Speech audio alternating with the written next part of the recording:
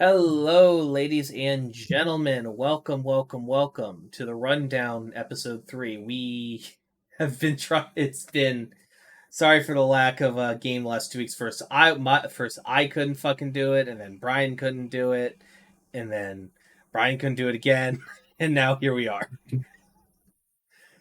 Uh, and we're here at the very least, finally. Yes, long time coming. I know y'all were waiting. So Yeah. Also, for those watching on YouTube, there's also an audio version of the Rundown now available wherever you get your podcasts as well. That should be cool. at the Spreaker link. The link to that should be in the Spreaker down below. But more to what we were actually talking about. I wanted to. A lot has happened in the last couple weeks. Definitely. Both that I know about, that you know about, and that we both know about. And so I don't think for the next hour we're going to be starved of content. Therefore, I'm going to lead us open with the following video. Okay. And I'm going to, because in typical Rundown fashion, we here, I always make sure to show you something to deal you to as an opening little thing of a doohickey, and we'll watch this together. For the folks watching at home, you're only going to get to hear. You're not going to be able to see anything, but you're going to hear it. So let's get ready, shall we? Fuck you mean sound isn't available? Eat my dick. All right, well, I guess we're not doing that one. I guess I'll grab the other one instead, because God is dead I and he think hates me. I think you got universaled.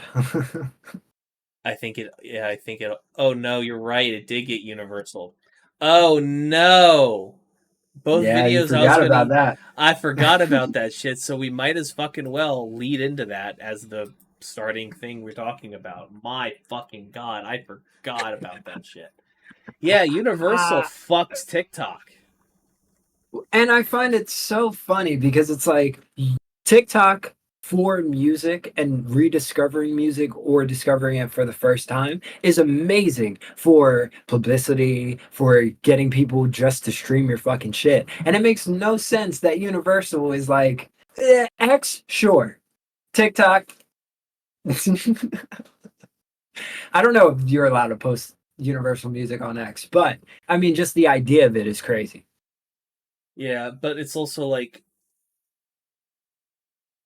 we wouldn't have that like bomb ass Mashal um opening like as poppin' as it was if it wasn't for that. Have you heard that shit? Yes, I watched Mashal, yo. That shit was fire. I've read the entire manga. It's great. Like I heard that bed squeaky and I'm like, whoo fucking. Razer also posted an advertisement with that music. It's like for their keyboard or something, like to No show off shit. its uh, mechanical keys, No something shit. like that. Well, that makes Yeah. sense. But it truly is like really fucking unfortunate. Like, actually, you know what? I actually don't think it's that unfortunate. It sucks for anybody under the Universal umbrella, but all of the independent beat makers and shit that I follow and I'm aware of, oh, they've been relishing. They've been taking fucking advantage of this shit. Well, I was gonna say with this Universal shit, it's definitely a double-edged sword because the independent artists and creators who are making their own music that don't have to worry about always including other people's songs in the sound, it creates a difference for that, and you get out there way more. I just feel like I don't know. I feel like not like Universal or anybody, the top like 10% of people signed to Universal are not worrying about this deal. But I No. worry about the independent artists who are signed to Universal, like the up and comers who just got a record deal and now they can't post their shit on one of the most important social medias for music. Like that fucks with the Well, whole entire thing. it's also important because you have to remember TikTok is the home of the Prime demo Mm. of the 13 to 18 crowd. Because if you've I got the mean, 13, because here's the thing, think about it. Like Facebook was the home for people 13 to 18 years old 20 years ago. They're mhm. still using Facebook. Instagram was that home for motherfuckers 10 years ago. They're still using it. TikTok is that for the people now. And it's and it's gonna and that means TikTok at least has it for a generation. That's part of the reason what YouTube is like struggling with right now. With they don't have the key demo anymore. That's why they're pushing shorts so hard. Or some people would even argue at the expense of the long term health of like other aspects of the platform. Like they're trying to become Twitch and they're trying to become TikTok simultaneously.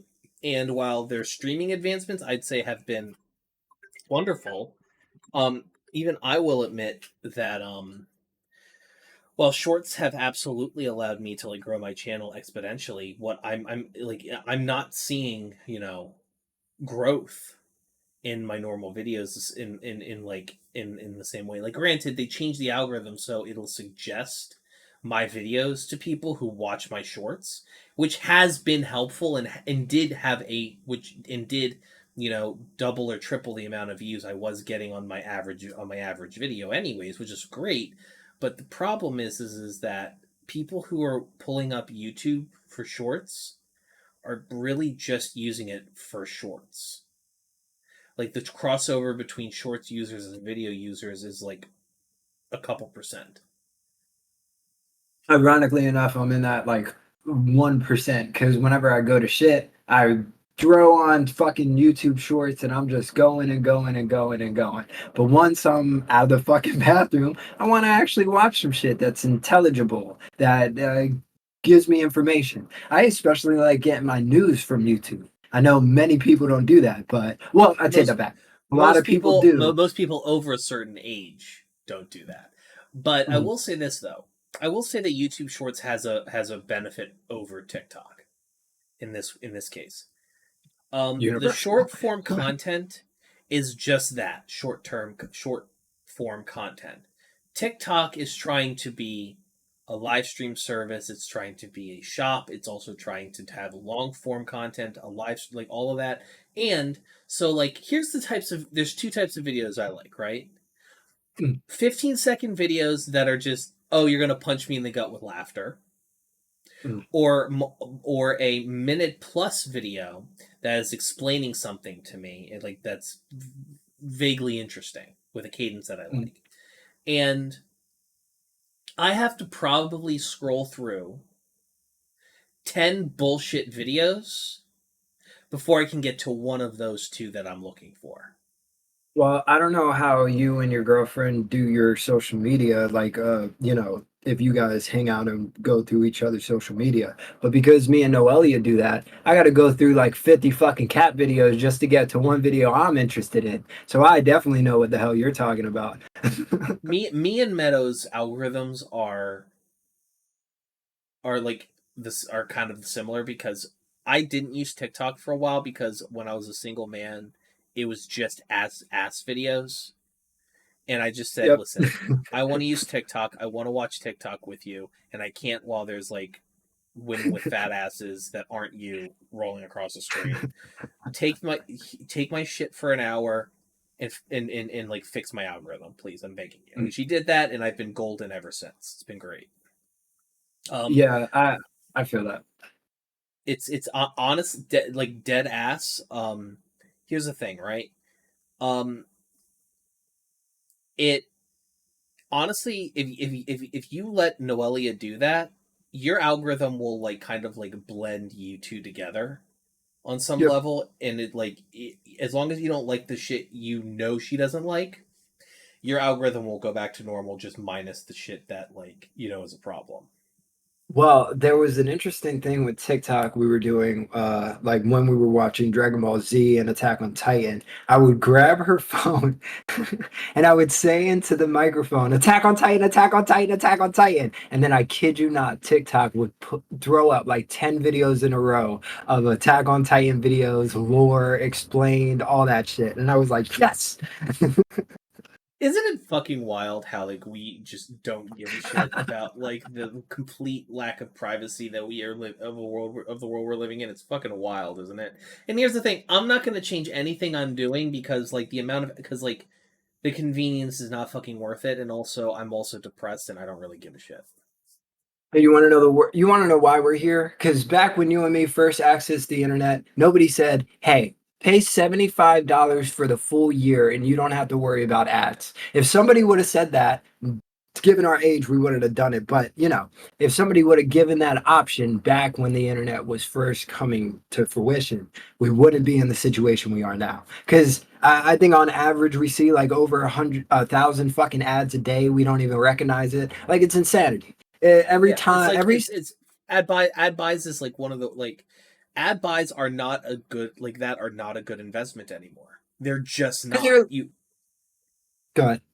they're just not. You have to make, you have one of the things that I've seen TikTokers starting to do with like the TikTok shop shit, because like Mm. with the moment people like a lot of people the moment they see a TikTok shop link or somebody like shilling some TikTok shop bullshit, they scroll immediately. I do. I got so fucking tired of TikTok shop that I would go out of my way to block every single person that had a TikTok shop thing that was shilling it. And I had to stop doing that because there's so fucking many.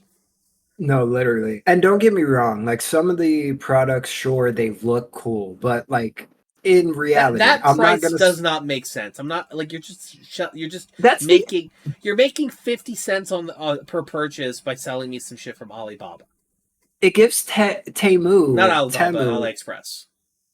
Yeah. You know what I'm talking about, though, right? Yeah, it's just dog shit. It's just like dog shit, like products that are just a plastic shell and doesn't have any internals, like getting burned and shit. Like there's no like there people that are using the TikTok shop legitimately, absolutely, but the amount of actual, but the lack of quality control is genuinely despicable.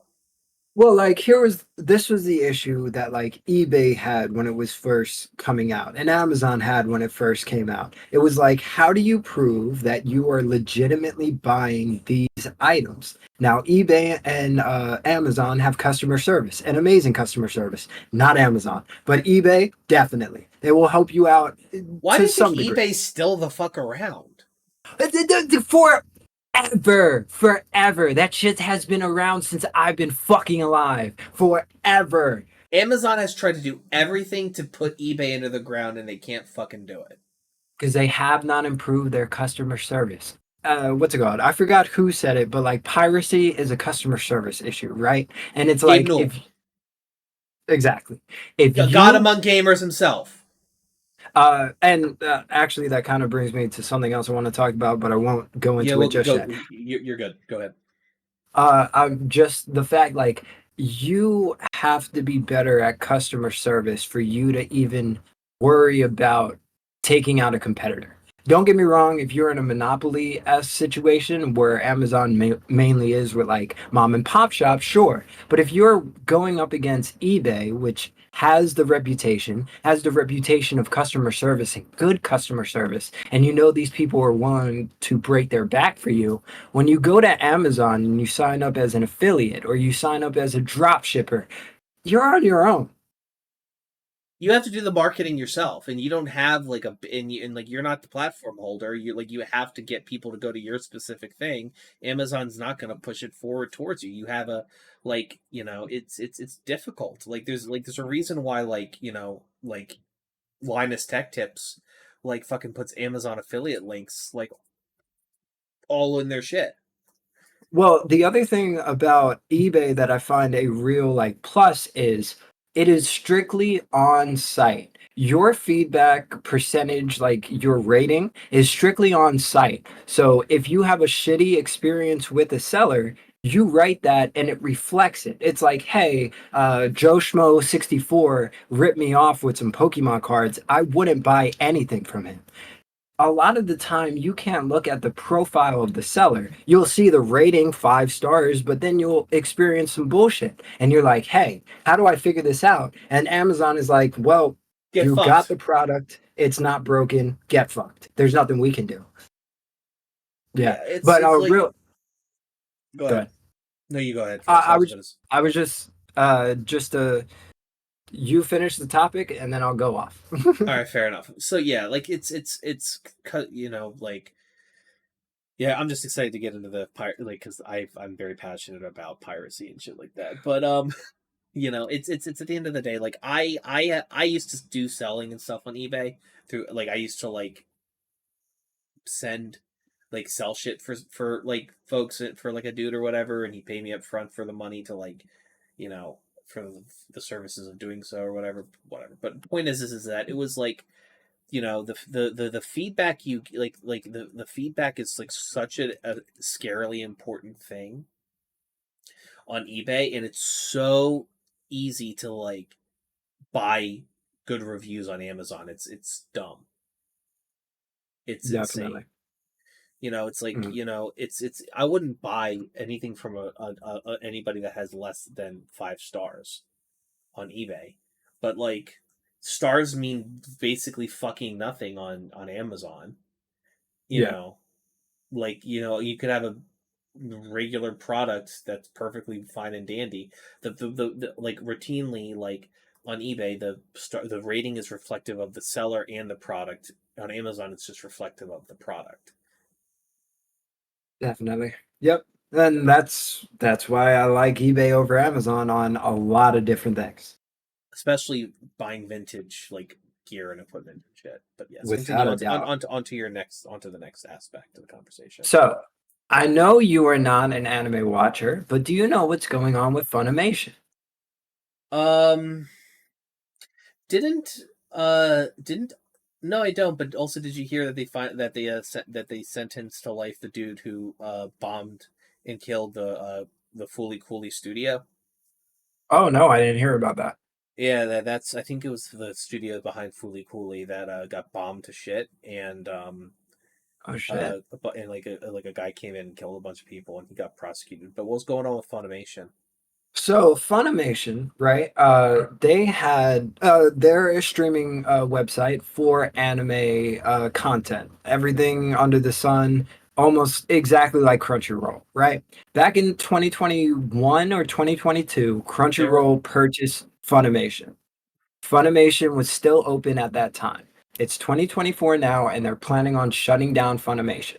People who brought specials like the Blu-ray editions of Attack on Titan, Dragon Ball Z, Jujutsu Kaisen, insert anime name here, it's now being revoked, even though you can sign up for your Funimation account with Crunchyroll and it'll be applied. So everything that you brought is going away. And this brings me to the thing of piracy.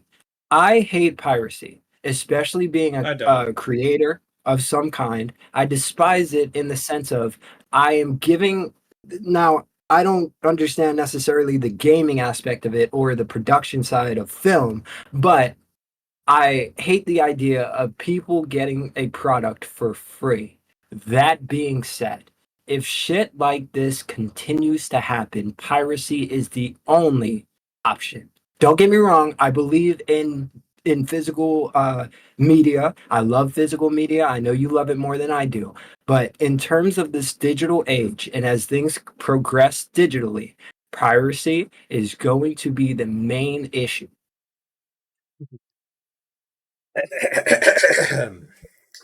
Yo ho, all hands, hoist the colors high. Heave ho, thieves and beggars, never shall we die. So, Literally. like, I'm gonna be honest. I think I if you can afford if you are in a country where the product that you want to where the product you want to purchase can be purchased legally, And it is not a crazy amount of money in your exchange rate. purchased legally by the either uh and that money that you purchase is going to the rights holder. So let me explain, right? So I view the third party Nintendo market as grade A bullshit. It Okay. shouldn't have to exist. Catch me up just because I'm not Okay. aware of it. So let me okay. So Gabe Newell, God Among Gamers, owner and CEO of Valve. You know, in Gabe we trust, said, as we said earlier, piracy is a service issue. Customer service issue. Is a customer service issue.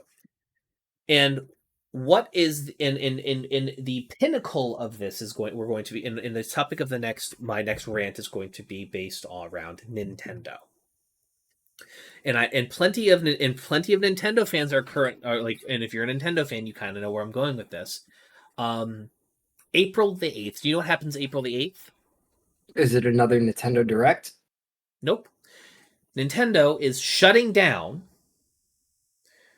the internet services for all games for the 3DS and Wii U series of games, except for Pokemon Bank. That is getting a whole nother year, and then they're shutting it down. Now here's the thing.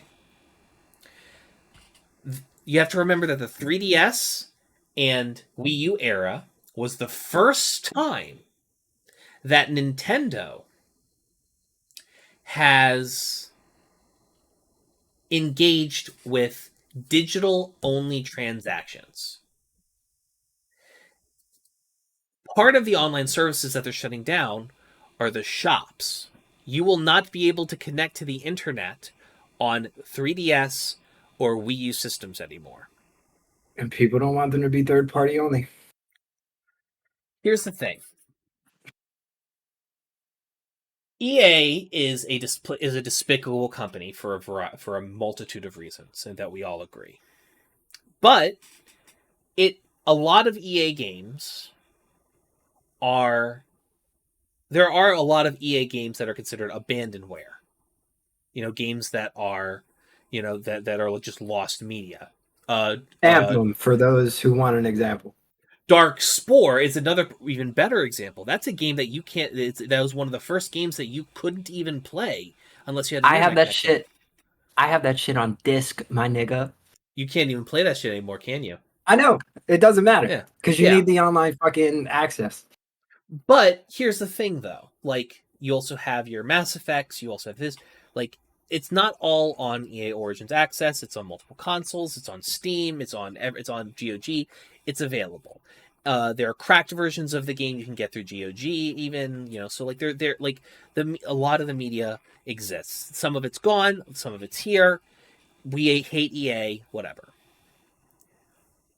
All Nintendo IPs are only on Nintendo systems.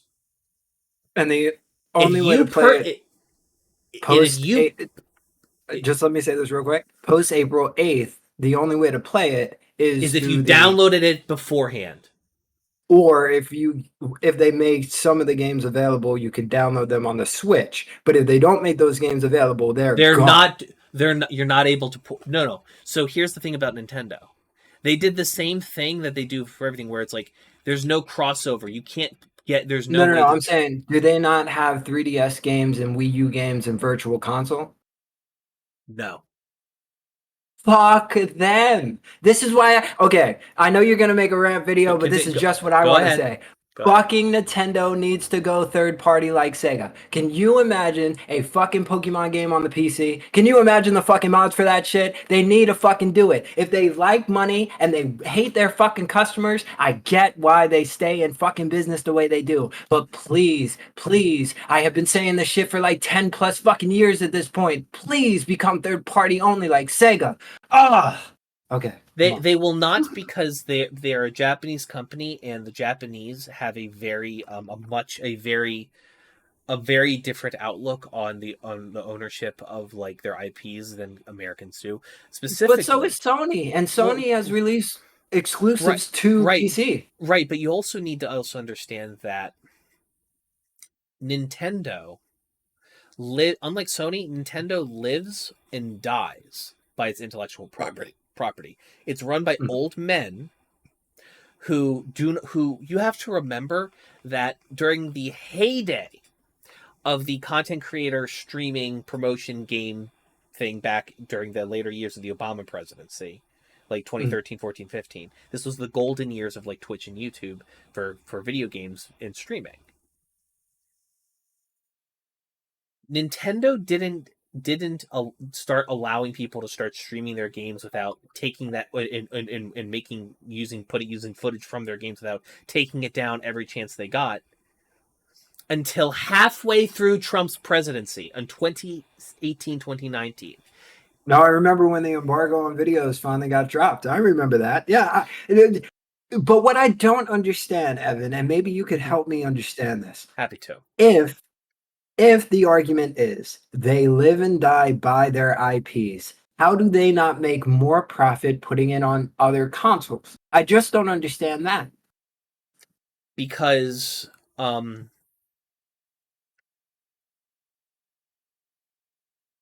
they get to have, it's a control thing. It's two things. That's what I think it is. I don't think two things. It's a two business things. decision. It's a cultural thing and it's a control thing.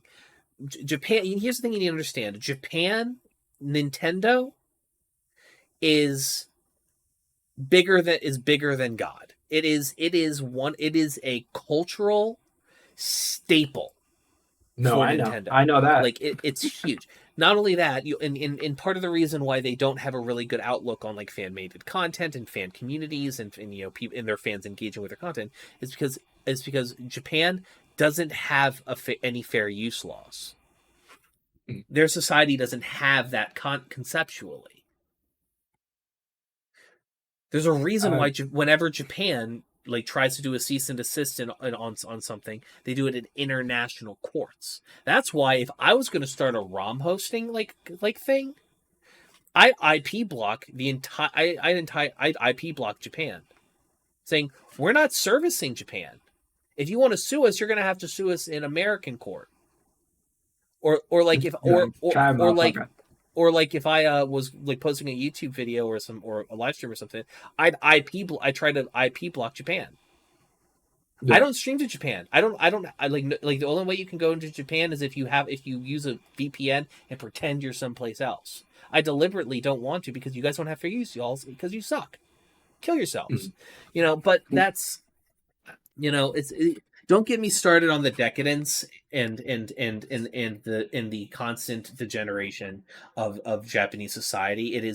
Japan right now is a really great example of what America will turn into with time if unchecked late stage capitalism continues and we don't do anything to solve it. And I want people to understand something very quickly. I don't hate, just in case anybody gets this idea, I don't hate Nintendo, but I hate their business practices. I hate the way that they treat their customers. I hate the way that they treat community events and community, situations. I hate the fact that they stop, online things that use their rights where other publishing companies and other gaming companies don't give a fuck and they let it happen even though they know that it's not sanctioned by the official release of stuff. I just don't I can't understand why Nintendo has such a dedicated fan base that continuously gets fucked and then they turn around and continue to suck the teat from fucking Nintendo. I understand their games are fucking amazing. I'm sitting here as a Nintendo fan because their games are great. And I'm saying they're so great, they need to be on the other shit. It's captive audience. Nintendo, if like at that point, like their IPs become more valuable than the company themselves. And their consoles are fucking 4, 5, 6, 7, 8 years back in the fucking past. We're getting rumors of a second console now. That's up in the air. And it's like, hey, y'all have to. I know y'all don't think that these other companies are really your competition because they've said that before, but you have to at least make a dedicated 1080p system, or at least one that could come close to 1140p, because it's crazy that we're still running 720. And I know the OLED model OLED is also 720. It's not even 1080p yet. It just has a nice screen. So here's the big thing, right? Here's where it comes with the piracy for me. Like I advocate if I cannot purchase a piece of media from the rights holder, or through a distributor of representing the rights holder, i.e., like a Walmart or something. I say it is morally okay to pirate that shit. It's not legally okay. You shouldn't do it because it's a crime. But if you are a criminal and you don't care about that shit, it's morally okay to do so. Because here's the thing: at the end of the day, I'm not gonna go pay $600 for a copy of Gotcha Force for the GameCube. I'm Eat not gonna me. go pay $100 for Condemned Origins on Xbox. I'm not gonna spend $120 for a refurbished copy of Pokemon Emerald. Literally, it's craziness. Functionally, at the end of the And I day, don't, go real ahead. quick, I just want to say, I don't understand why there hasn't been an Amazon with recycled games. Like, that That's would eBay. be even like strictly dedicated to it. Because I think if there was a gaming hub for gamers to access old games, maybe even emulated, doesn't necessarily have to be sold, but an emulated website where you could play, name the game, you could play it. Oh my fucking God. That'd be Oh my great. God. That'd be great. And Now there you get have been there, sued. there have been websites like that, and they were good. Here's the problem, though, right? Like there is an old man who's like 60 something years old out of Canada. This man maintained the website for some people that were like selling pirated like game systems and shit. Hmm. They didn't catch the people that were like selling and shipping the games and shit. But they caught him because he was They caught hosting. him. They caught him, and Nintendo sued him for something like $20 million. And because it's in Canada and not America, where you could just declare bankruptcy and like I don't got to deal with that shit anymore, they're garnishing up to 30% of his wages for the rest of his life. And I Like, think and, and I think that can also be inherit, his children will also inherit that. and there you go. There you go. To all the Nintendo fanboys, I just want to say, don't support such a shitty company.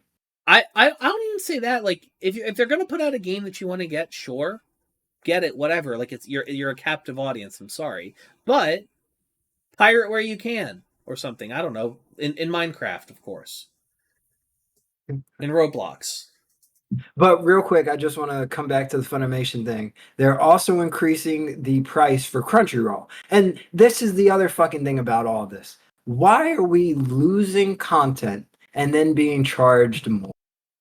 Because the streaming service model has accelerated like it took what 40 years for the TV companies to kind of reach like their irrelevancy. Like they're like, oh, we can't really offer anything more, I guess we just up the price to make the number to make the line go up. That's all they're doing at this point. They're some of these like streaming services, they just aren't profitable. It's just nobody fucking watches television anymore, and so a lot of these companies have to have streaming services because that's where the fucking audience is. You know what? Here's another morally right situation. Not legally, morally right Morally situation where you right, we're could talking morally. morally, not legally, morally. What's it called?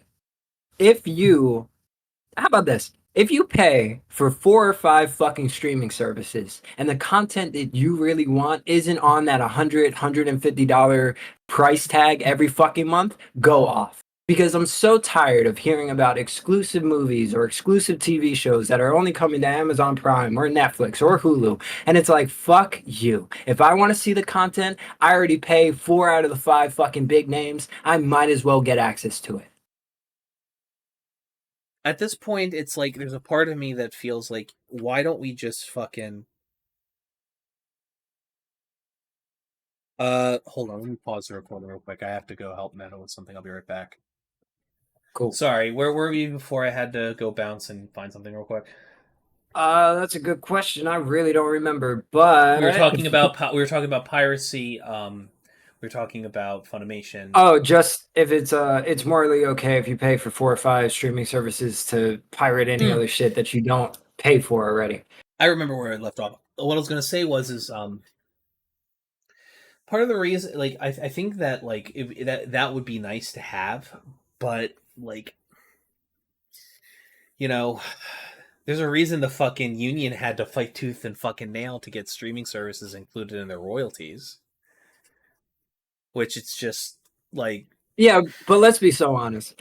All of those deals are already done prior to releasing of anything. It's not like you pirating content hurts directly the actor who does that performance. no, no. I'm talking about fucking over the studios because once again, fuck the They have all studios. they have all like it's the studios are literally just like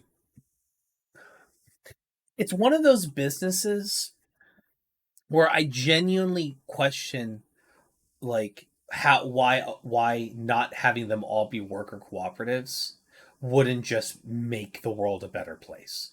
We You would cut just out. get What was better. that? It's one of those cases where I wonder why not just making all of the television, like all the movie, like Hollywood studios and stuff, worker cooperatives wouldn't just make it better, like just Per- everything better. Because it's like here's the thing, like there's just certain businesses that do not need, like most businesses, I would argue, do not need like a handful of motherfuckers at the top making the decisions, and if they fuck the business up,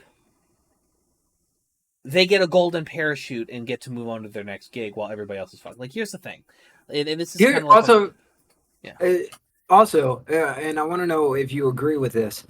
If that small group of people were actually decorated directors, for example, do you think that would then better this situation that we have going on right now?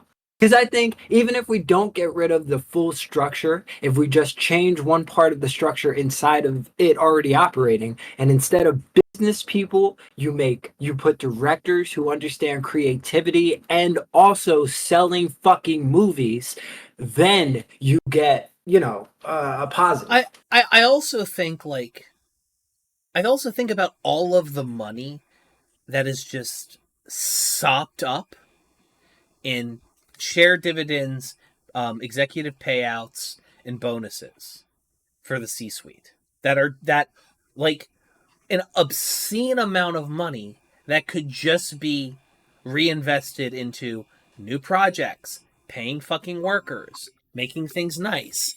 It's just it's sorry, the socialist in me is coming out. Like, and it's not. And this is like barely even like socialist. Even it's just like it's still a capitalist system. Like, I'm just like, why like it's literally like it's still a capitalist system and shit here. It's just like, what's the fucking purpose of like what's the fucking like just in Hollywood alone? Like everybody, there's such a like anybody some like executives 9 times out of 10 do not know what the fuck they're doing. It's like I just imagine like creatives in Hollywood just want to, here's a hat. Every time I come up with something cool that I put into this movie, and every part of the movie that's cool, I've turned into a little slip. And so in this, and you guys can reach into this hat and grab a few and grab like 3 or 4, and then you can hold on to those, and when you go to your little cocktail parties to get 16 and talk to like your little Epstein parties where 16-year-old girls suck your dicks while you have conversations with your buddies, you can brag about I was the person who told them to use this specific filter in this specific movie. I mean, I am always finding it interesting in all of these different businesses that once again we are seeing incompetence on the top being badly reflected on the rest of the entire entity. And time 100%. and time again, I'm always like, how come? I just go back to the fucking Teddy Roosevelt thing. when he's reading The Fucking Jungle and being like, "I gotta do something here. When are we gonna have that moment again?" Meh. I would be genuinely surprised. Like, I think, because here's the thing, right? It's very it, and for those who want to like have like a much more who and if for those listening, we're gonna be in politics just for a tiny little bit here, but it's We're not not gonna be super saying. long. We're not staying. But those who want to like hear like more left or wing politics, come back through tomorrow on Sunday, the Red Rundown that I record with my co-host Jules Castillo. She a dirtbag lefty, fellow dirtbag lefty out of El Paso. She, me and her do a podcast called The Red Rundown, and that releases on YouTube and on Friday, on Sundays at 10 in the morning. But what I was going to say was, um, I just do not feel like I just feel like the I feel the here's the thing. Very wealthy people, the very wealthy class of people are very much detached from reality. So it's like there's a difference between somebody who just got rich, like a DC Young Fly, right? Like versus um a Sackler, someone who's bored into wealth multiple generations over. You know what I mean? Like it's the problem is that like But you like and I, yeah. real quick, what I mean when I say like these other businesses, I'm talking about like a hospital where Mhm. everybody is literally on the same playing field because we as patients don't know shit and the doctors and the nurses are the geniuses, right? Right. You can go 10 minutes down the street, 15 minutes down the street to a hospital, and depending on what you're ailing from, you can either be killed or you could be cured. And it's a 15-minute car ride difference. Now, what I'm saying is, let's take it out of the film industry and gaming industry for a sec. Hmm. Strictly focus on hospitals. If Hmm. this shit was happening, where let's say childbirth is the issue. You're a woman, you come in, you're about to give birth, you have labor, boom, you're there. For some reason, your fetus dies. It doesn't matter if you're rich, poor, indifferent, right? It happens, right? But if you come to the conclusion that this hospital was negligent on birth care and they've done it time and time and time again, what I'm not Looking at you, understanding, Florida. what I'm saying is, I don't understand how people are like, hey, this is affecting rich, old, young, poor. We need to do something about it. And It's primarily because rich people, like back in the 1920s, right? The way cities and towns were built is to get to the divided. factory that supports the town, everybody goes along the same road. There's the same main road that leads to the factory. Well, the rich people go in their carriages to it. The poor people walk to it. Everybody's on the same road. Society was built in the cities was built around. Yes, rich people have their places, poor people have their places, but there's still plenty of places in society where the rich and poor interact. In like you know it's like like the factory owner lived at the next zip code over. Mm. Nowadays, rich people don't live anywhere near like the businesses they own. They might not even know that they own that business off the top of their head. The problem is that in today's day and age, rich people are so say like the rich and poor people are so segregated from each other that rich people genuinely have drunk the Kool-Aid that they deserve to be in the position they are and that they are stewards of the economy, of their businesses, and of the lower classes. It is very much a case of like they believe their own hype. They've been saying that that conservative notion of, they picked themselves up by their bootstraps, they worked hard, they earned this, they are better, and they did better, and they believe it. They don't they think that they think that them having all of the money means that like better things will happen because they will do good things with them. But that it is delusional, and you have to remember that, like, you're like, oh, all of them can't believe that. There is the top 1% of people. For if you split the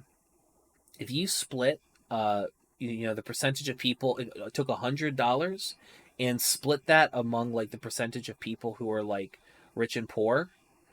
The top 1% would get like 97 cents, and the rest would get 3 cents per, something like that, right? So it's the top 10% have, I believe, 90% of the wealth. Which so say $90, because I was doing it on a scale of 100. Oh, sorry. So $90 to them, $10 for divided between every other demographic on the bottom 90% of the economy. The middle class people will have, say, $8, like $8, and then the bottom 50% will have $2, like of wealth as a group. Now here's where it gets really fucked. The top 1% of that 10%. has like 97% has 95% of that, and then the top 0.001% have most of that. So it's like, if you cut off the top 0.001%, basically that's the fucking, like, if you cut off the top 0.001%, that is like, that fixes the graph to such a degree that it looks much more normal. Well, here's the issue. There's no incentivization of CEOs, business owners, like very, very successful business owners, to take any hit on their profit. But if somebody threw out the idea of, hey, you can only make $50 million a year in walk away profits, but hold on. If you line my pockets as a politician, I'm going to do X, Y, and Z for you. I just don't understand why that's not also a fair tactic that's being employed here. Because I just think, don't get me wrong, not that that situation would be much better, but I still believe that it would be a net benefit compared to them walking away with $150 million every single year, and then they do nothing with it. It goes into stocks. It goes into this. It's not liquid money. Well, and it's not taxed. You want to know why? Back in the 50s and 60s, the average CEO pay was only 30 times that of their lowest paid worker. Because there were probably protections to make sure that profits didn't. Oh no. You know what the solution was? No, because profits weren't that high. We weren't nearly that set.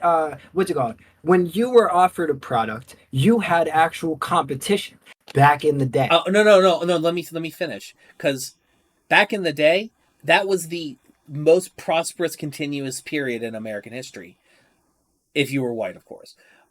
But regardless, you have to. Here's the thing. Do you want to know what the solution was to make companies invest in research and development, invest in shit like pensions and high wages for employees? You know what the solution was for that, without having really any government intervention on telling them like how much you can pay your shareholders and shit? Yeah, the unions. No, taxes. A 90% tax rate on corporate profits. Do you know what that does? You know what's considered an expense? Payroll. You know what else is considered an expense? R&D. You know what else is considered an expense? Like expanding the business. Those things you write off on your tax. That's all those tax loopholes and shit that we have. Those tax loopholes, some were obviously made like during Reagan's fucking time and shit, but like a lot of those tax loopholes existed to incentive, like saying you can write this shit off, write this shit off, write this shit off, to incentivize companies to spend the money that they earned internally to pay people better wages, give them better benefits, in growth, and invest in their people. And so and here's the thing, when you lower that like to 37%, which is what I think it's currently at right now, that money, they don't have a reason to put it back into the business. Because the only people that suffer with like a 90% tax rate are the shareholders, because they don't get because anything that's left over after all those expenses is turned from gross to net. The net's lower because they tax that shit. And so wow, Evan. So what you're actually saying is we shouldn't have the civil rights movement because they started increasing tax rates at 1963 with Lyndon Baines Johnson. Wow, I can't believe you would say that on Black History Month. What are you talking No, I'm about? kidding. What's it called? When they started raising the tax rates again, it was because of Lyndon Baines Johnson. LBJ was also the one who did the civil rights movement. So he was pretty much like, hey, we either got equality for black people or we got good corporate taxes. The high tax rates started under FDR. No. I'm saying when they started to increase again. When they started to decrease again. So there was 90% obviously is really high, and it's from 1944. Just let me say this: 1944 to 1963. That's when the 90% tax rate was. 1963, they started raising it. By the way, that was one of the most prosperous and continuous prosperous eras of economic activity in the history of the human race. By the way, we were also involved in two of the most profitable wars at the time. We are a war economy. But again, like, regardless of how we made our money, like, the tax structure argument remains the same. But I just want to get your take on something. I'm sorry, I'm going on a little bit of a tangent, but genuinely, in 1963, after fucking Kennedy got his dome ripped the fuck off, LBJ was like, "How do we deal with these fucking blacks?" And the idea from Democratic, because he was Democrat, right? Yeah, he was a Democrat. Okay, but this was back when the Democrats were still racist as shit. So today. So you got to remember that today Democrats. The party switch wasn't complete. The party switch between the North and the between the North and the South was not complete until Reagan. Yeah. And granted, all of the racists moved to the Republican Party after this. There were no more. The concept of the Dixiecrat was kind of dead after Lyndon B. Johnson's presidency. But I'm saying, like, since this is when the tax rate started to decrease, do you think that the idea of, hey, we either keep these 90% tax rates or we deal with this civil rights stuff? Because I gotta be honest, aside from that, at the time, what could have LBJ offered anybody to be down with the civil rights movement? Here's the thing, like, we're like the economics and the social aspect of this are separate. It's not like he was like debating, like begging companies like, oh, lower your tax rate if you stop fucking lobbying against No. shit. I'm not saying that he was out. I'm saying inside politics in Washington, D.C. when he was faced, because when he took over from Kennedy, he had like 2 years left. It was already 2 years that Kennedy served. So he had to worry about re-election. And as it's surmounting with the civil rights movement getting worse and worse with the Selma riots and everything, the Selma March turning into fucking, police brutality and everything like that, I do find it very possible for him to get reelected. He had to kind of incentivize this Republican-esque economic plan for the future. That's what I'm saying. I haven't looked into that specific thing, so I can't, speak on it. But sure, for simplicity's sake, sure. I'm also not trying to do the usual politics. But here's the thing: like, it was like it was still above 60. It was like still 60-70%, which is still really high. And it's still, but this was also like a time period, like this was in businesses still reinvested most of their like stuff, because again, high taxes means, like if you lower your tax burden, you can have a higher net. And blah blah blah. Point is that it wasn't until the devil became president, Ronald Reagan, that we really that like I honestly, like unironically, I blame the down like the continued enshittification of the United States solely. Like I put the beginning of that decline solely at the feet of Ronald Reagan and the conservative movement. I I don't disagree. I just feel like it starts earlier. That's my only thing. Because I feel like to give you an example, I feel like you would have never had an acceptable. You wouldn't. America would have never been accepting of. I don't want to say the T word, and then everybody's like, "Oh my fucking god!" But I don't think people were ever going to be as accepting of Trump if they didn't have a situation like Nixon in the past. That's what I'm saying. I'm saying like the shadiness of politics. I think it really started to get brought out of the shadows with Nixon. And I know So you're you talking strictly about I conservatism. actually know a bit about this. You're not incorrect, and I get your vibe about this, because the aftermath of Nixon, the conservative movement in this country looked at this shit, specifically Rupert Murdoch looked at the impeachment of Nixon and said, the media fucked us. We can never let this happen again. We need to have like our own control and narrative. And lo, conservative talk radio, like they started investing over the course of the next 20 years. Like they started in they firstly worked towards getting Reagan elected, and then in the aftermath of Reagan, they started, conservative talk radio, conservative newspapers and magazines. They, in it's kind of they wanted to have a information sphere where they controlled the narrative. Um, so if somebody in their camp was being a fuckhead, they could prevent them from getting nailed to the wall, which is how you get these two information universes we live in today.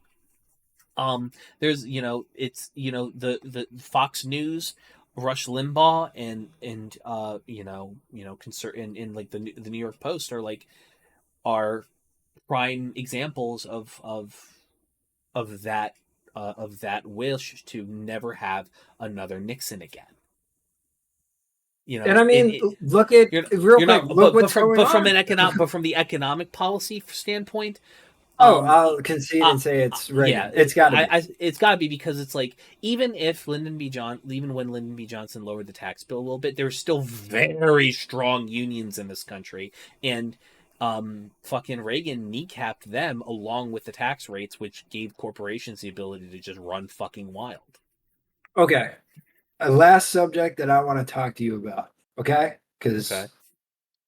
I have you heard the name Justin Moan? Justin Moan, I have not. This is something that I know nothing about. Okay, well, take a seat, Evan, because this is not a very sunshine and daisies type story. Oh I boy. would even refrain from looking it up. I'll just tell you. Justin Moan is a That's a name. I think Just he a was moan. I think it was 37 years old. I think that's his name, Justin, something like that. Last name is Mohn, Moan, right? He has a quite a downfall after college of not being able to, really find his footing. He has to move back in with his parents past 30. That's never a good situation. Never feels good, He yeah. he has a college degree. He feels like the government has fucked him because of predatory loans. Now, I don't necessarily disagree with him on that idea. However, his His going about it is quite wrong. So he tried to sue the federal government 4 times for $10 million. Mind you, his loans were co-signed by his parents and fully paid off by his parents. After the fourth and final trial, I don't know what happened, but something in him snapped, and he decided to go after his father. Mind you, his father is a federal worker. Now, when I say federal worker, I what heard do you this think story. I mean? I know this story. Oh, the fucking oh Lord! I This didn't know. man cut it. Cut This off man his cut his dad's fucking head. head. And he was a civil engineer. It wasn't like he was working in fucking politics. He was a civil engineer, Evan. And for 15 And minutes, also, he fuck posted him it. because we don't have many of those. He posted a 15-minute video where he shows the beheaded head. He says So where he was talking about like it was like one of the he's like he oh loves local government, hates federal government. He shout out his New Jersey senator or mayor or governor, I forget which one, and he said to his cronies, the 12 people that were watching him live, he said, I am the president and I am declaring martial law with 12 people. Now, I am all for going against the government for predatory student loans. But Mr. Moan, we can't behead people. I heard I heard I heard that he was like also going on about like how like the federal government is corrupt and shit, and it's just I heard he like quoted like Tim Pool or some shit. Like Probably. I didn't watch the whole 15 minutes. I don't have that type of time on my hands. I'm good. also I don't want to see snuff. Thank you very much. Sadly, I already watched it because I'm the type of person who I'm like, okay, if the video is there, I do want to see it. I know how fucked up it is. I'm surprised you two kept it up. That sounds like some live No, no, shit. no. Anybody who wants to go there, usacrime.com. That's all. Okay. You don't even have to put that in the description. No, I'm good. I'm good. Yeah, I think you would get demonetized. But Yeah. Yeah, but that's like the fucking like man like and I also remember hearing that he was like also like a magatard too. also, he gave in his medical marijuana card the day before he brought the gun. He also received the gun the time at which he purchased. I thought you were supposed to wait a week. Do you hear that the parents of like the parents of like a school shooter or some shit are getting hard time for failing to like parent and shit and prevent their kid from doing that shit? Do you know which kid? Um, let me Google it real quick. Parents charged with Because I think I remember hearing something like this. Because if he did his homework or if he did his chores, he could go out and shoot something like that.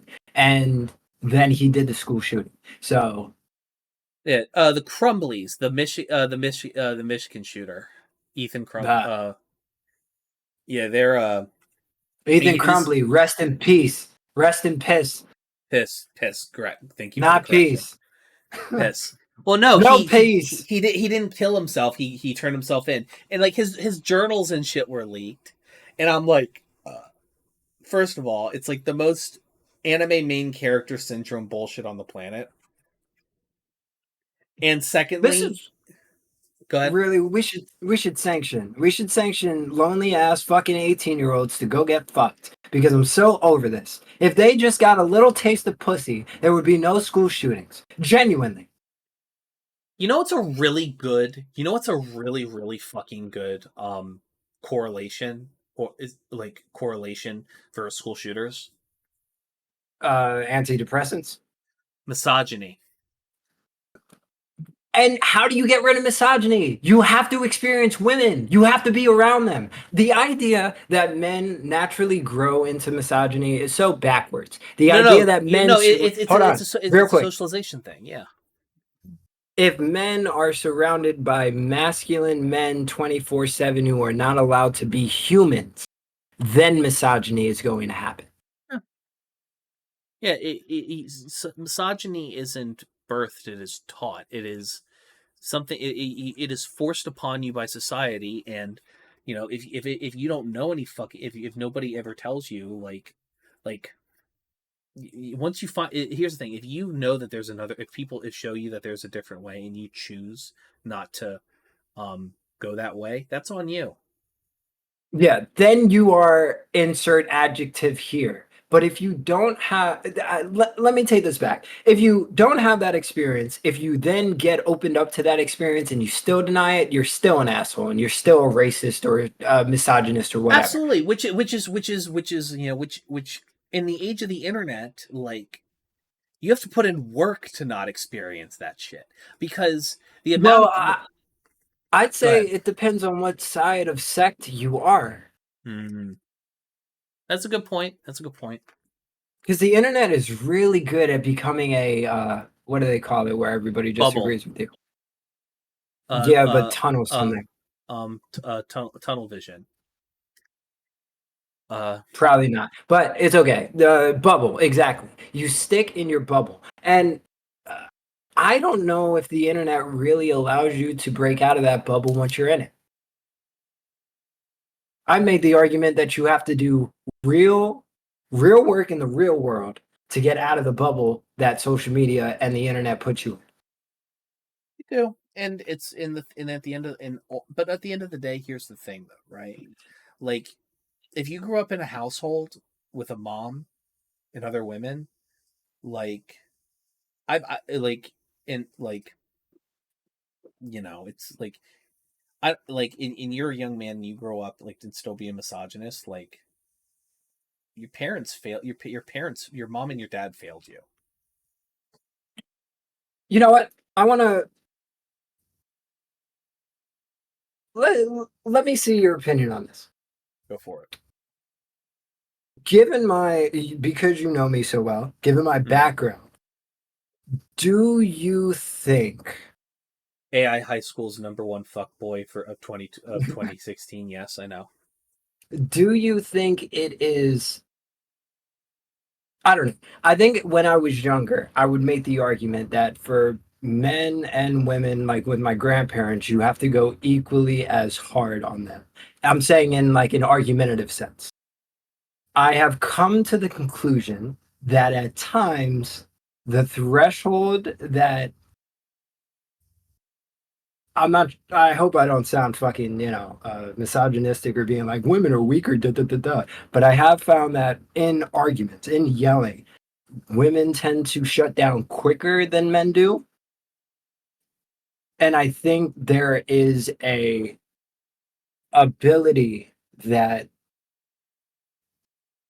at times some men have who are interested in arguments and interested in getting into that type of headspace, that they are accepting of it and they know that it doesn't necessarily mean something about themselves. It's the subject.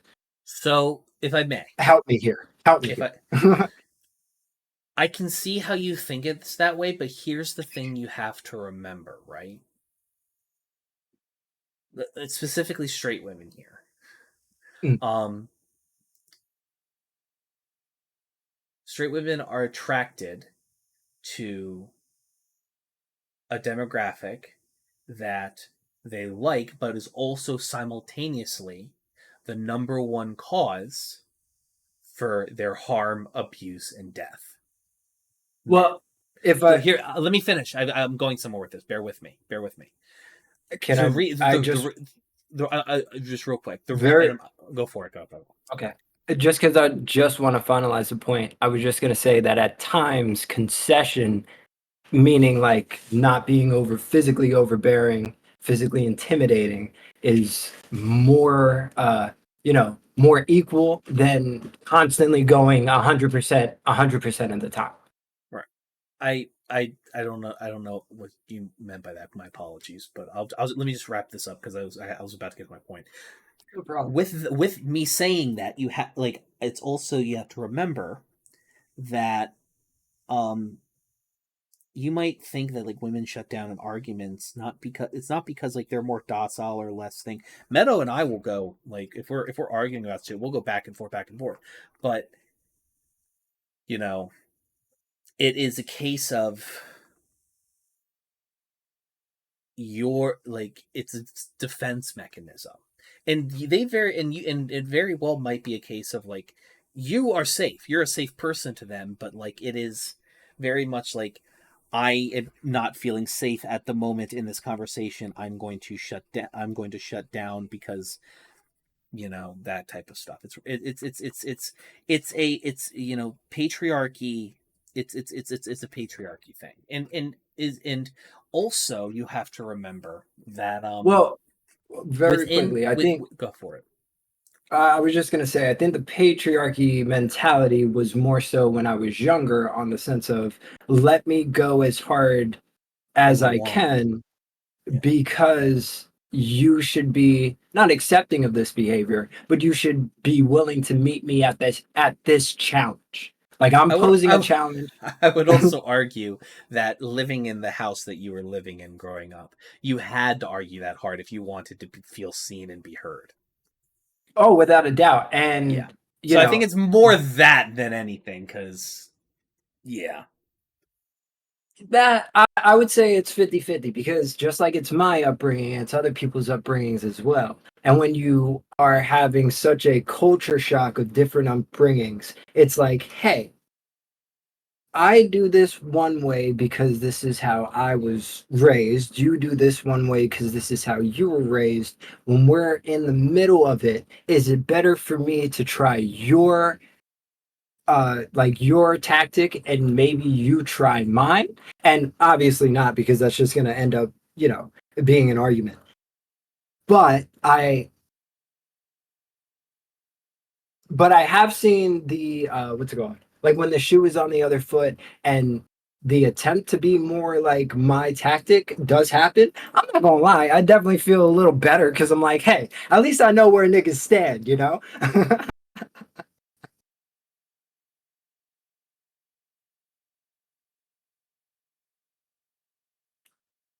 Hmm. What you reading about?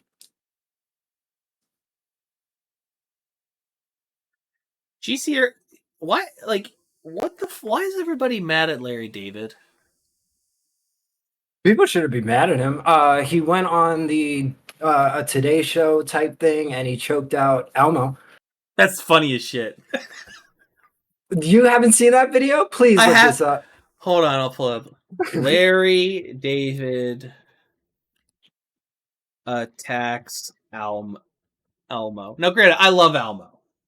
No hurt Elmo, but that sounds funny as shit. Hold on, let me pull this up. Yeah, throw that on the stream because it's on YouTube. They'll let you play it.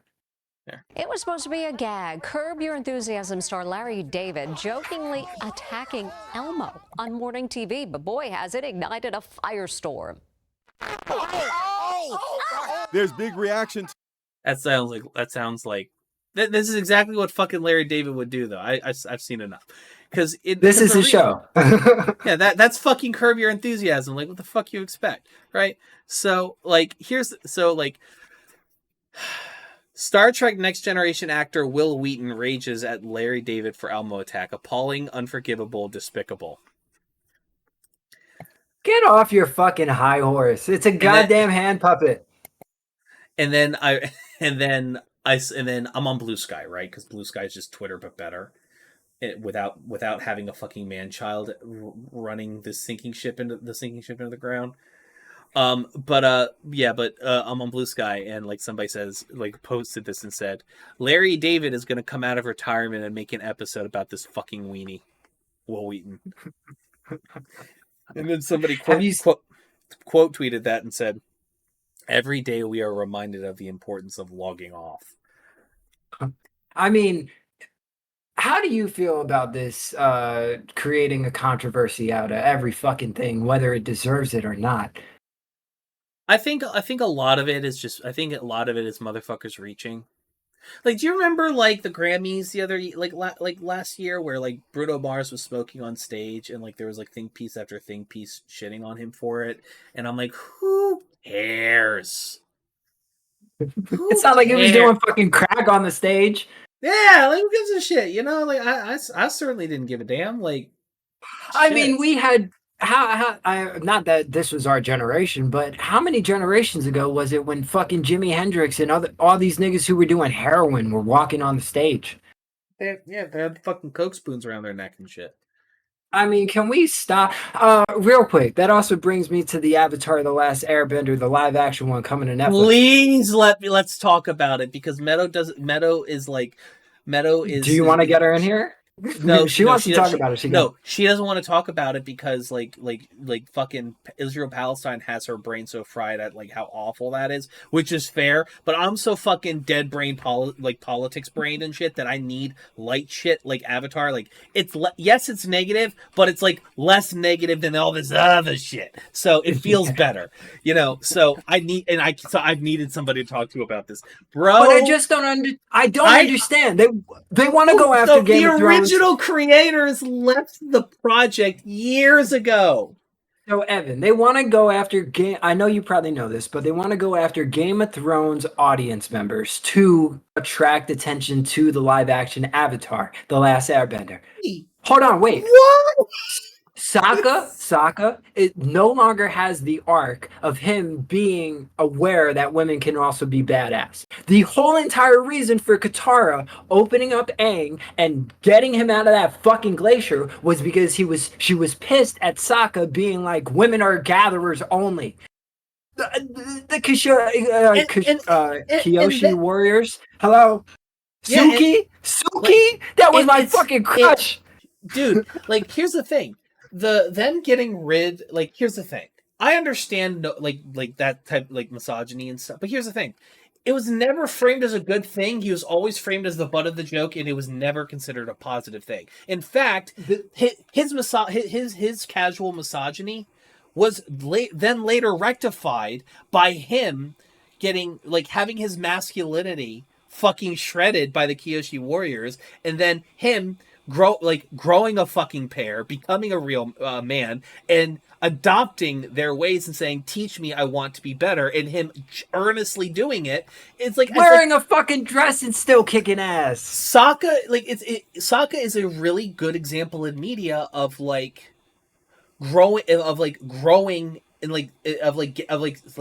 of someone who is a blatant misogynist and not be in going through an arc to not be one anymore, you know. So it in growing as a person to not to stop viewing women as objects and inferior, which they're not, you know. So another thing, right? They're trying to make it more for an adult audience, which I'm just like, that I just want to talk about that really quick. Yeah. Why can an adult audience not differentiate the difference between a good character and bad flaws, but children for years could? It makes no sense. It's also why can't adults be partial to childlike whimsy? Hazbin Hotel is a really good example of this shit. I wish I could get into it. It is too musical-esque. Still looks great. Fair enough. I respect it. Yeah, it's like Hazbin Hotel's a really good example of whimsy for adults, and it works.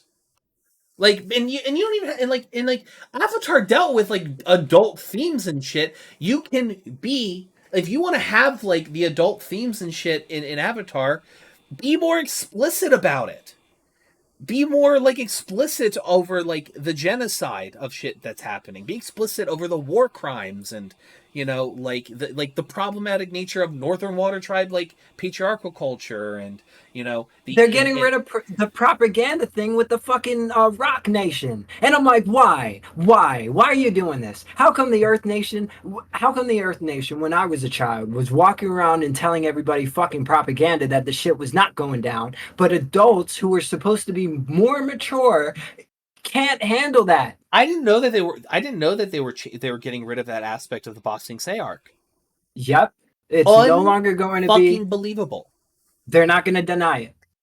And you want to know why? The showrunner said it was because it is harmful for states to have propaganda, and it is not good for our media. Are you not teaching us that propaganda is bad by showing it? You want to know how I learned propaganda was bad? watching Avatar: The fucking Last Airbender, the Ba Sing Se saga, like how unsettling and awful it feels within Ba Sing Se, like, is abso-fucking-lutely like a great example of like under what fucking planet? Like here's the thing. Oh, like you're not glorifying it. You're like you're it's at no point in the show is it shown to be a good thing. Like are you condemning its existence? Like this shit exists. Like we as kids were able to recognize that propaganda was bad, and you're saying, oh, states shouldn't be doing this. Like yeah, I agree, they shouldn't, but they do, and the framing here is showing it as bad. Showing it at all is not a negative thing. You are telling ostensibly the story of Avatar: The Last Airbender is ostensibly a anti-war piece of media. It shows how war hurts the people that are being warred against. It displays how people are being harmed that are doing the war, and it shows that everybody at every point in this is suffering except for the motherfuckers, the individuals in power perpetuating it. The generals, the Fire Lord, the nobles. That's Yeah, it. and I think it also showed like the only people who didn't have to worry about this type of shit, about this type of struggle, were the people who were living peacefully in the Fire Nation. But every other piece of this world was either genocided, destroyed, forced into submission. And how on earth are you seeing all of these childish, and I only say they're childish because they were put in the child version of this fucking media. How can you take all these childish ideas and then say that they're too adult for an adult audience? The other thing, Aang is supposedly going to be serious from the beginning. He's not going to want to fuck off and play. And again, one of the main staples of Avatar is him realizing, oh shit, I might be 12, even if I was in that glacier for 300 years. The loss of childhood innocence. I need to fight. I'm the only one who can. He needs, if you don't come to that realization, especially if younger teens, because I'm guessing 13 to 18 is also a demographic that they want to watch this fucking show. How do you not create that story for a new generation of kids growing up? That one day you have to accept, hey, I'm grown up, even if I don't feel that way. Also, like if you're getting rid of, also here's another funny aspect. Let's just bring it back to the Aang gang. They're getting rid of the forced motherhood role that Katara was forced in, and getting rid of that whole subplot and narrative and that nature of her character. What the fuck is she Because gonna it's fight? sexist. What? It is sexist, but it's also like a reality that many of women all over this world and in this country, by the way, No. are I'm forced saying, into. I was saying it was sexist. Like Oh, that's the reason why. yeah, it's also what is she? That also means she's not she's good. Like, what's her beef gonna like? What's her conflict with Toph gonna be then?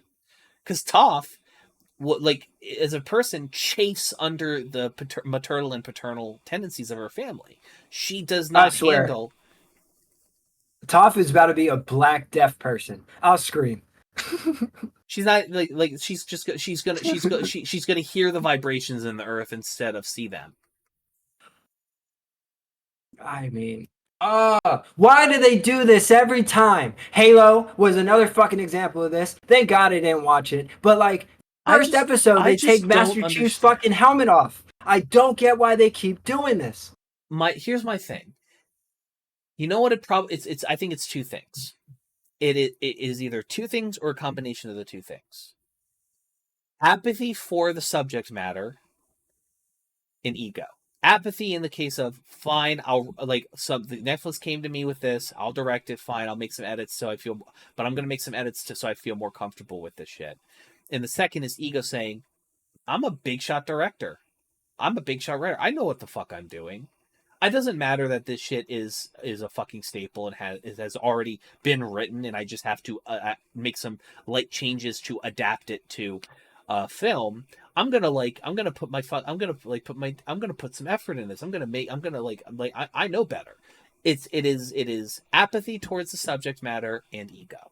Like there is a reason there is a reason why the Marvel movies did so well for as long as they did.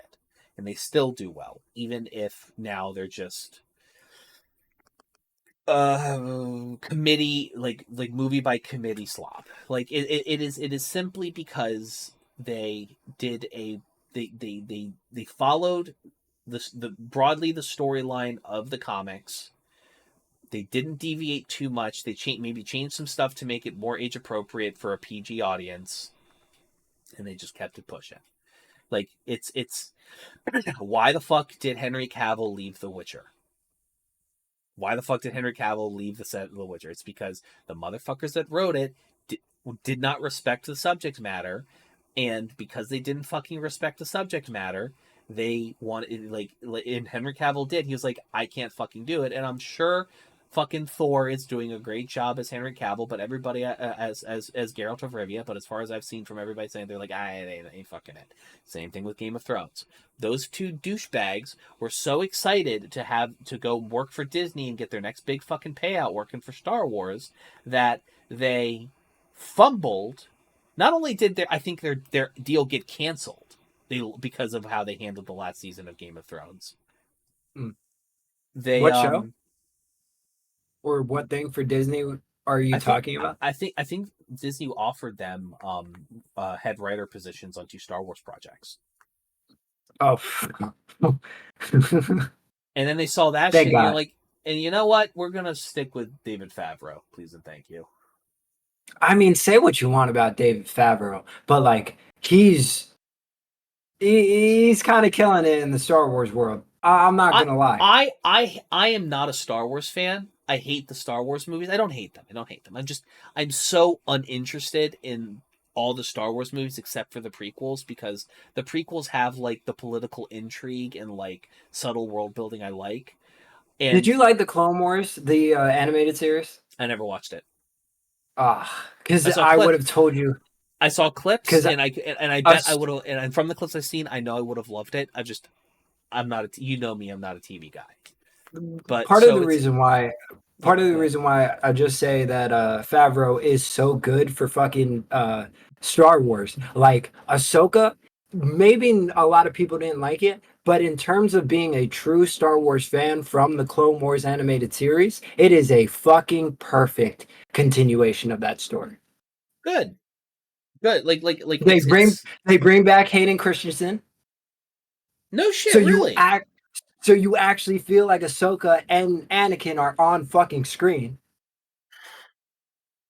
Like that feeling alone, that feeling of nostalgia of being like, holy fucking shit. And they also take the little girl from Barbie, put her in the makeup of Ahsoka, so it's actually young Ahsoka with adult Anakin. Like that shit was so fucking cool, yo. You don't get those moments with Marvel. You don't get those moments with these fucking remakes. And I don't get why. Because the people that they hire to write them are not fans of these mediums. Not that I don't get why. I definitely get why. Because, like, just to take your 2 points of apathy and ego for a second, the main actor who played Master Chief in the Halo series, I think it's Frank Paramount Castle. Or literally that. Hold on. Wait. Bear with me. Literally, either him or the director of the show touted how they did not watch or listen or play the games at all. That was the first fucking nail in the coffin. The second one is after they took off his fucking helmet, which again, over the course of 5 or 6 Master Chief fucking games, he has never done. I don't think he did it in the novels either. No, because he's not supposed to. He's a fucking Marine. It's a part of his fucking, uniform. What Marine do you know would go into war out of uniform? Yeah, exactly. But they were coming out about how the fans don't understand the media because what they made is really supposed to be what Halo is. And now they're going back on all that, and for season 2, they're actually trying to go. They're doing the Reach game, so they're trying to actually go into it. The But problem is that a lot of all the people that are in the positions to do the writing now are old as shit, and they're all because they're old as shit. They don't view video games as an important and viable storytelling medium. Because they don't view video games that way, they don't respect the intellectual properties that come out of that medium. Hence why things that hence why it's shit. you know what video game movie is coming out this year, right? Which one? Borderlands. Oh no, I'm so scared because you know how much of a Borderlands fan I am. I'm so. Kevin Hart's gonna be Roland.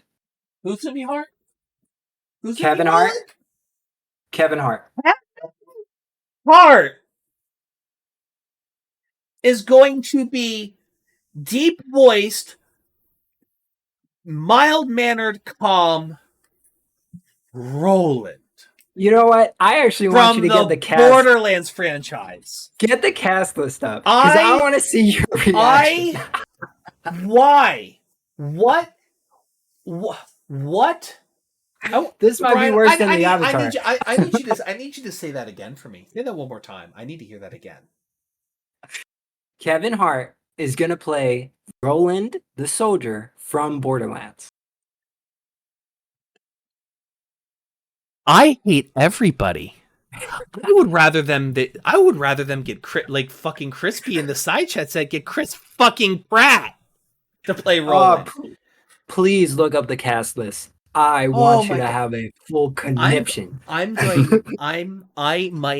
Jamie Lee Curtis is in it. Please tell me she's not playing Lilith. Jamie Lee Curtis is in it. I don't know who she plays, but Borderlands movie cast. Why do you want to hurt me, Brian? Why do you want to hurt me? Why do you want to hurt me?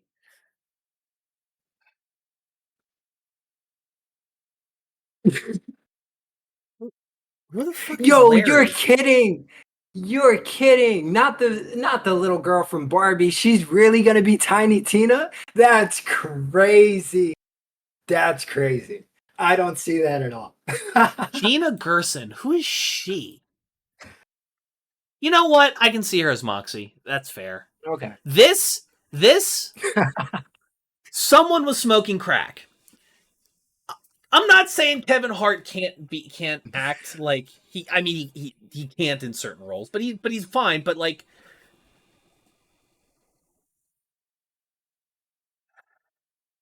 press down on the show more. I want to know who does Brick. Jamie Lee Curtis as Patricia Tanis. I see that. I can respect that. That him at Fleur. Okay, that's Krieg. That's fine. Oh, he's gonna be Krieg. Fuck yes, I love Krieg. Yeah. Oliver Richards is Crom. Crom is such a unrelevant character, but whatever, fine, cool. Kate Blanchett as Lilith. Yeah, sure, I can see it. Who the fuck is Larry? He's literally just a soldier. No, Bobby Lee even said. Oh my god! He's like Steve. Ayo, like that dude. Like what? Literally. Claptrap is Jack Black. Yes, yes. Actually, that's fucking amazing. Yes, that might actually save this fucking movie. That's amazing. That is fucking amazing. They're gender bending Knox. Okay, go off. Who the fuck played Cable in Deadpool? That's who should be playing General Knox, because General Knox is a gruff, suicidal, depressed old man in a giant robot suit. Benjamin Brian Davis as Marcus, I can take that. Charles Below as Hammerlock? Okay, whatever, fine, That's the nigga with the cut off arm, right? The half robot one? Yeah, sure. Like that I don't care about. My thing, I'm just like, yo, Benjamin Byron Davis is what's his name? Dutch in Red Dead Redemption 2. Stephen Boyer as Scooter. Yeah, I can see that. I don't think they have brick in this one. RIP. Hold That's on. okay. You know, no brick, no Mordecai? Are you fucking kidding me? Yeah, that's right. They don't have the sniper either. Yep. I need to look at this on IMDb. He's in the second game.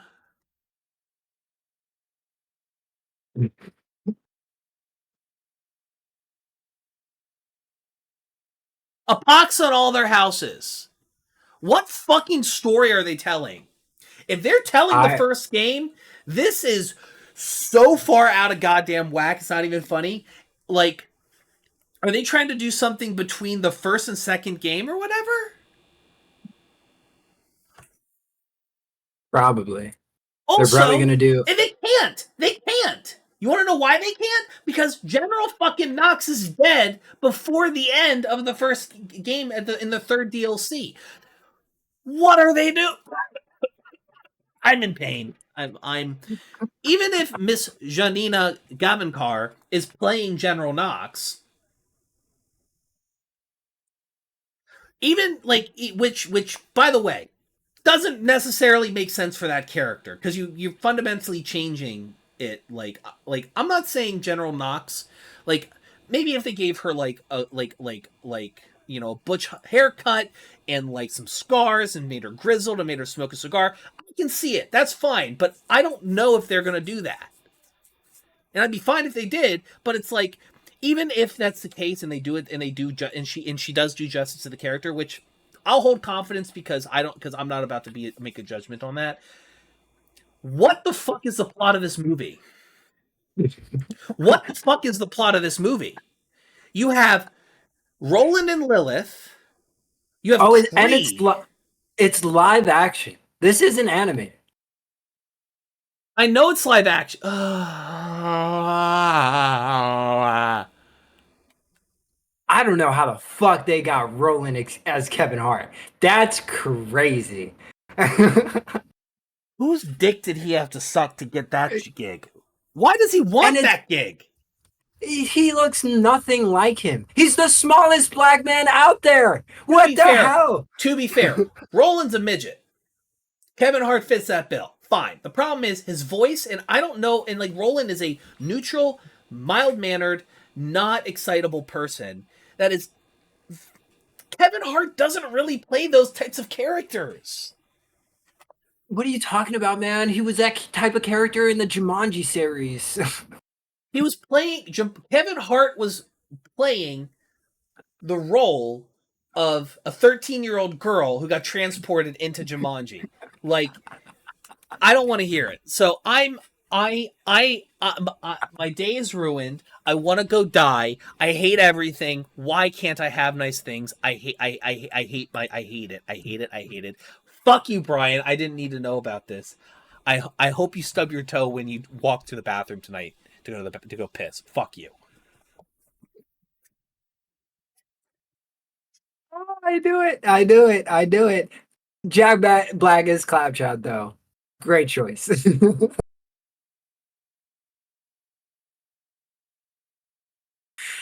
Here's the thing. Here's the thing. I'm completely okay with Jack Black as Claptrap. Because Jack Black gives a shit about the characters they're doing. Now, granted, Jack Black's a fucking gamer. Capital G gamer. So, like, I wouldn't be surprised if he played. Love doing that. I know that his prep for this was playing the Borderlands games. I don't think Kevin Hart's gonna do that shit. Bobby Lee probably did, but he's also, a fucking Steve. Like, who's the fuck is Larry? Also, why? Like, Crom is like such a nobody in the Borderlands games. He is literally a fucking turret that you shoot. Jacobs, meaning the gun seller Jacobs? Like, is he supposed to be playing Hammerlock's partner? But no, that's not a plotline till the third game. Well, I'm saying if it's like the first or second game, that has to be the seller of the Jacobs weapons. I guess so. Maybe he's just an NPC basically at that point. I guess, but I thought his name was Marcus. Marcus is here already. Marcus is being played by Benjamin. Byron Davis. Yeah. Which, you know what?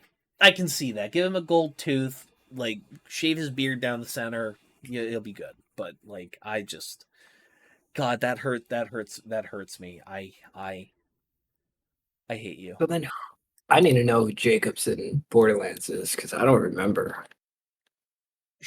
I will say Gina Gerson definitely, I think, will make a good Moxie.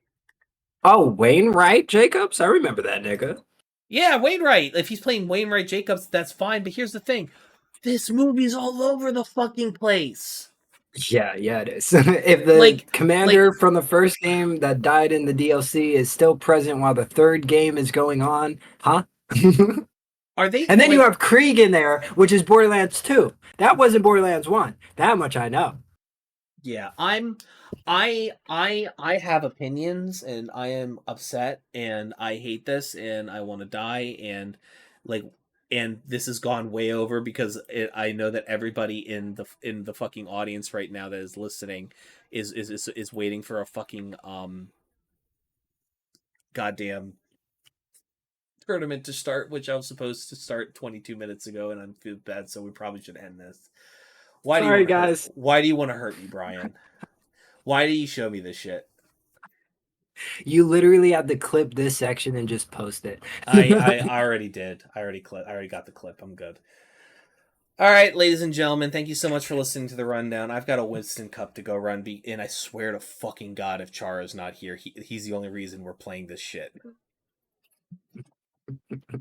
Well, thank you guys so much for watching from me. Follow me on social media, no.2_Brian, at no.2_Brian. Love you, Evan. I hope you have a good tournament. Yep. Ladies and gentlemen, I also have an announcement for those listening.